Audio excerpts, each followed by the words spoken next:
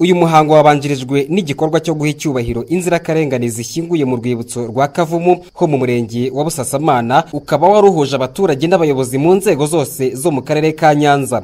Bamwe mu bacitse ku icumu rya Jenoside yakorewe Abatutsi bo muri uyu murenge wa Busasamana bavuga ko nyuma yo kunyura mu nzira itoroshye kugeza ubu batangiye inzira y'ubuzima bushya ndetse no kwiyubaka. Maze gusana inzu nini nabashije kubaka igikoni, ubwo ntangira no gushakisha ubundi buryo nakora nko guhinga, korora.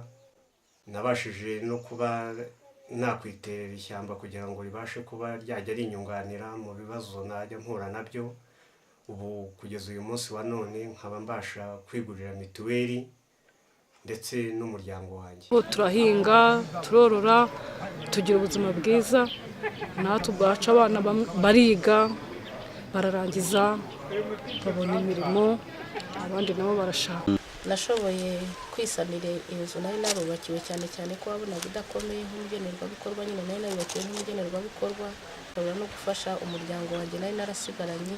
Kabagamba Kaniziyusi uhagarariye Ibuka mu karere ka Nyanza wavuga ko nyuma y'imyaka 20 ishize hakigaragara ibibazo mu bacitse ku icumu, harimo abatagira amacumbi n'abafite amacumbi akeneye gusanwa, akabasaba ko byakemurwa kugira ngo nabo bagire ubuzima n'imibereho myiza. Hano mu karere kacu ka Nyanza rero hari inshike nyinshi zitagira uko zimeze, harabona ashoboye kwisurira ubwanjye, barababaje.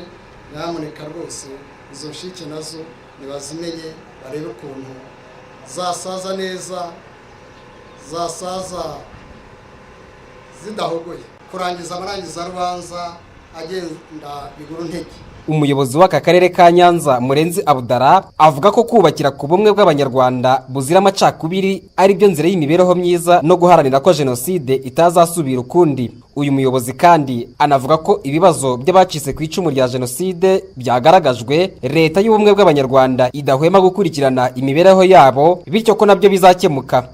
Ndagira ngo nongere ngaruke gatoya ku bibazo byagaragajwe, yaba mu bana bagomba kwiga mu mashuri ya kaminuza, mu kubona amacumbi no mu gusanirwa atangiye gusenyuka, mu gufasha ababyeyi b'inshike, yuko ubuyobozi bw'igihugu cyacu tutazahwema gukomeza gushyira imbaraga mu mibereho myiza y'abacitse ku icumu.